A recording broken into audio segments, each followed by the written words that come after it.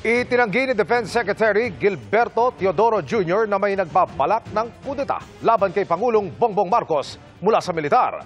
May nagpapakalat umano ng maling informasyon na yan. Ayon naman sa AFP, nakatutok si Chino Gaston. Ang AFP na mismo ang nagsabi, may nagpapakalat daw ng maling impormasyon ukol sa umano'y kuplat laban sa administrasyon.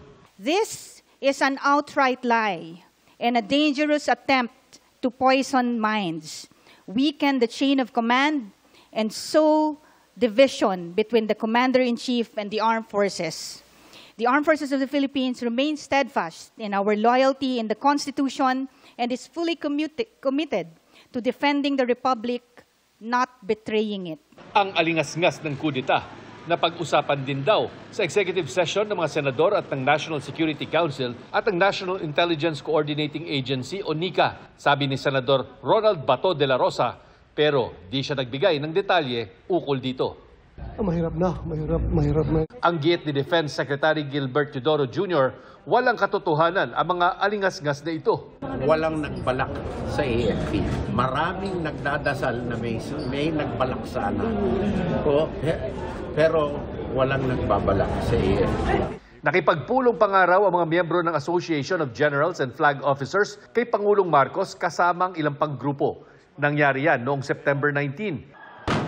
Ilang araw bago ang mga kilos protesta noong September 21 na nauwi sa karahasan. 10 grupo ang nagpunta doon. Yung mga retiradong nasabi na lihis ang kanilang pananaw na tumatawag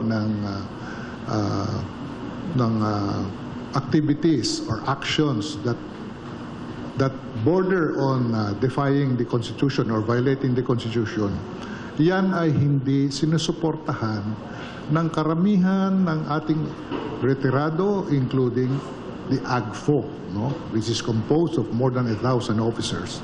Kung merong mang nagpopondo para sa mga nananawagan ng pagtiwalag ng militar, may babala ang ilang opisyal ng AFP.